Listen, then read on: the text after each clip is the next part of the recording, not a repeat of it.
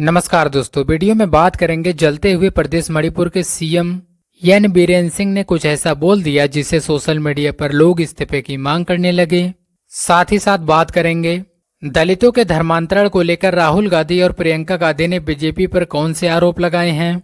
उसके बाद बात करेंगे इकरा हसन के बयान को लेकर स्वामी चिकरपानी महाराज ने कौन सा पलटवार किया है। सभी महत्वपूर्ण खबरों पर चर्चा करेंगे, इसलिए वीडियो के अंत तक बने रहिएगा। दोस्तों, मणिपुर में पिछले साल से ही हिंसा का दौर जारी है, लेकिन अब जाकर मणिपुर के सीएम एन बीरेन सिंह को यह एहसास हुआ।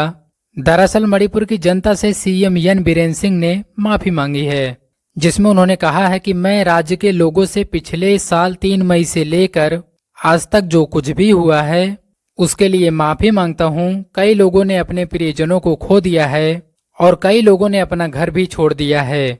उसके बाद सीएम एन बीरेन सिंह ने कहा कि साल का अंत आशावादी तरीके से हुआ है और उम्मीद है कि साल 2025 में हालात सामान्य होंगे। मुख्यमंत्री जी ने बस इतना ही कहा कि सोशल मीडिया पर सीएम साहब के इस्तीफे की मांग होने लगी। लोगों ने कहा कि मार्केट में एक नया माफीवीर आ गया है। वहीं कुछ लोगों ने कहा कि कुर्सी नहीं छोड़ेंगे चाहे कुछ भी हो जाए। वहीं कुछ लोगों ने कहा कि सीएम साहब के माफी मांगने से सड़कों पर लूटी गई इज्जत क्या वापस आ जाएगी। उम्मीद है कि नए साल में मणिपुर की हालत बेहतर होगी। दोस्तों, सीएम एन बीरेन सिंह के माफी को लेकर आपके क्या विचार हैं, कमेंट बॉक्स में अपनी राय जरूर दीजिएगा। इसी के साथ बात करते हैं दलितों पर धर्मांतरण को लेकर अत्याचार हो रहा है।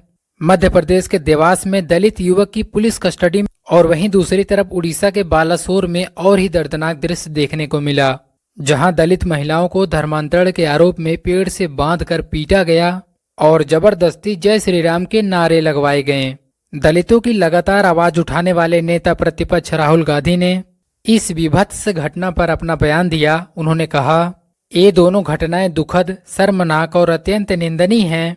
बीजेपी की मनुवादी सोच के कारण उनके शासन वाले राज्यों में एक के बाद एक इस तरह की घटनाएं हो रही हैं। सरकार की सह के बिना ये संभव नहीं है। राहुल गांधी ने कहा, देश के बहुजनों के साथ ऐसी बर्बरता किसी भी कीमत पर बर्दाश्त नहीं की जाएगी। हम उनके साथ हैं। उनके संवैधानिक अधिकारों के लिए और उन्हें न्याय दिलाने के लिए हम पूरी ताकत के साथ लड़ेंगे। वहीं दूसरी तरफ सांसद प्रियंका गांधी ने देवास में हुई दलित युवक की पुलिस कस्टडी में मौत को लेकर सरकार पर सवाल उठाया। उन्होंने कहा, बाबा साहेब अम्बेडकर का अपमान और कमजोर वर्गों पर अत्याचार ही भाजपा के शासन का मूल मंत्र है। देवास मध्य प्रदेश में पुलिस हिरासत में दलित युवक की मौत का मामला अत्यंत गंभीर है। परिवार का आरोप है कि पुलिस की क्रूरता की वजह से युवक की जान चली गई। इसके पहले महाराष्ट्र के परभणी से दलित परिवारों पर अत्याचार व पुलिस हिरासत में एक दलित युवक की मृत्यु की खबर आई थी। लगता है भाजपा राज्य में दलितों, आदिवासियों और वंचितों पर पुलिस को कमजोर वर्गों पर अत्याचार की खुली छूट मिल गई है। दोस्तों, आपको बता दें कि पुलिस कस्टडी में ऐसी कई घटनाएं सामने आ चुकी हैं। आपका इस पर क्या विचार है, अपनी राय जरूर दीजिएगा कि दलितों पर हो रहे अत्याचार पर सरकार को कौन सा कदम उठाना चाहिए। इसी के साथ बात करते हैं सपा नेता अखिलेश यादव के बारे में, जिन्होंने काऊ मिल्क प्लांट को लेकर योगी सरकार पर सवाल उठा दिया है। दरअसल अखिलेश यादव ने कहा कि समाजवादी पार्टी की बड़ी सोच के कामों में गिने जाने वाले काऊ मिल्क प्लांट को ना खोलकर भाजपा अपनी नकारात्मक सियासत को दर्शा रही है। इससे हजारों दूध के किसानों को लाभ मिलेगा और इसके साथ साथ लाखों बच्चों को सही पोषण भी। किसान विरोधी भाजपा कम से कम बच्चों के मुंह से दूध तो न छीने। किसान कहे आज का, नहीं चाहिए भाजपा। आपको बता दें कि यूपी सरकार नंदिनी कृषक योजना के तहत किसानों को डेयरी खोलने के लिए 31,25,000 रुपए तक की सहायता देती है। सरकार खुद डेयरी ना खोलकर आपको सहायता दे रही है कि आप डेयरी खोलें और उत्तर प्रदेश में दुग्ध उत्पादन को बढ़ावा दें। आगे बात करेंगे इकरा हसन के बारे में। समाजवादी पार्टी से सांसद इकरा हसन हाल ही में संभल में चल रही खुदाई को लेकर एक बयान दिया था। उसी बयान पर स्वामी चिकरपानी महाराज ने पलटवार किया है। दरअसल हाल ही में इकरा हसन ने कहा था कि अब हम सब एक लोकतंत्र में हैं, अब किसी का राज नहीं है, ना ही किसी की तानाशाही है। हमें अब संविधान के हिसाब से चलना है। उसके बाद इकरा ने कहा कि जो चीजें 1947 में जहां थी वो उसी हालात में वहीं पर होनी चाहिए। सुनिए इकरा हसन ने क्या कहा। मुझे लगता है बहुत ही इन सब चीजों की कोई जरूरत नहीं है, क्योंकि हमारे देश का जो कानून है सभी को उसका पालन करना है। प्लेसेस ऑफ वर्शिप एक्ट है, इसीलिए लाया गया था कि जो राजशाही शासन है उस दौरान जो हुआ व्यवस्थाएं बदल जाती थी, जो भी राजा बनता था वो अपने हिसाब से व्यवस्था बदल देता था। लेकिन अब हम एक रिपब्लिक है, अब हम एक लोकतंत्र हैं, अब यहाँ पर किसी का राज नहीं है, किसी की तानाशाही नहीं है। तो अब जो नियम कानून किताब में लिखे गए हैं उसी हिसाब से सबको चलना पड़ेगा, संविधान के हिसाब से। और संविधान में प्लेसेस ऑफ वर्शिप एक्ट है, तो जो चीज जहाँ पर 47 में थी, जो भी गिरजाघर, जो भी मंदिर मस्जिद था, वो उसी हालात में रहना चाहिए। इकरा हसन के इस बयान पर स्वामी चक्रपाणी महाराज ने पलटवार करते हुए कहा कि अगर आप हमारे मंदिरों पर कब्जा करके नमाज करेंगे तो उनके अल्लाह ताला भी उनकी पूजा, उनकी नमाज को स्वीकार नहीं करेंगे। सुनिए स्वामी चक्रपाणी महाराज ने क्या कहा। लड़ाई हिंदू मुस्लिम तो हम बना ही नहीं रहे हैं, यह लड़ाई विदेशी आक्रांता वर्सेज भारतीयता की है। इसमें जो भी ये लोग हैं इनके पूर्वज भी हिंदू थे और ये हिंदू नहीं भी थे, अगर मान लो तो भी तो भारतीय तो है ना वर्तमान में।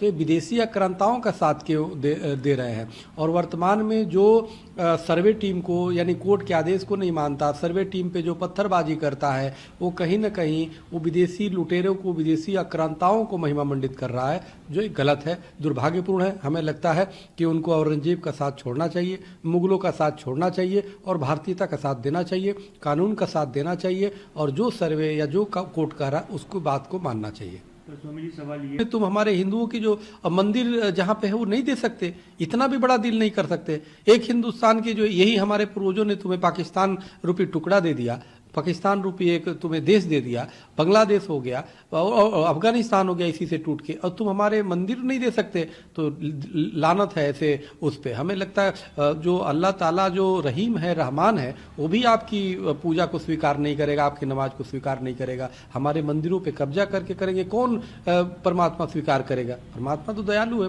कृपालु है और न्याय सम्मत है। तो इसलिए यहाँ की न्याय कोई बात मानिए, अगर यहाँ की न्याय सम्मत नहीं मानते हैं तो हमें लगता है अल्लाह ताला भी आपको माफ करने वाला नहीं है। दोस्तों, इकरा हसन और स्वामी चक्रपाणी महाराज की बातों से आप क्या राय रखते हैं? उत्तर प्रदेश सरकार के पास मस्जिद के सामने एक पुलिस आउटपोस्ट बनाया जा रहा है और पुलिस आउटपोस्ट का जो फाउंडेशन है वो भी उसमें सेकुलर तरीके से नहीं किया जा रहा है। तो हम ये पूछना चाह रहे हैं कि अब इतना पैसा आपके अगर है तो आप संभल में हो या जहां जहां उत्तर प्रदेश में मुस्लिम इलाके हैं वहां पर आप स्कूल बनाइए ना, अस्पताल बनाइए वहां पर, पुलिस। दोस्तों, हिमाचल प्रदेश में लंबे समय से लेकर अजीब विवाद होता चला रहा है, वो है टॉयलेट को लेकर विवाद। दरअसल अब एक बार फिर से हिमाचल की सुक्खू सरकार टॉयलेट को लेकर सुर्खियों में है। इसके पहले भी टॉयलेट को लेकर सुक्खू सरकार की खूब किरकिरी भी हुई थी। दोस्तों, खबर ये आ रही है कि शिमला नगर निगम ने पब्लिक टॉयलेट पर शुल्क लगाने की तैयारी कर ली है। आपकी जानकारी के लिए बता दें कि अगर यह नियम लागू हो जाता है तो हिमाचल टॉयलेट के लिए पास लगाने वाला पहला राज्य बन जाएगा। इस नियम के तहत शिमला के दुकानदारों को टॉयलेट इस्तेमाल करने के लिए पास जारी किया जाएगा। दोस्तों, आज की खबरों पर आपकी क्या राय है कमेंट बॉक्स में जरूर बताइएगा। मिलते हैं नई वीडियो के साथ, तब तक के लिए जय हिंद।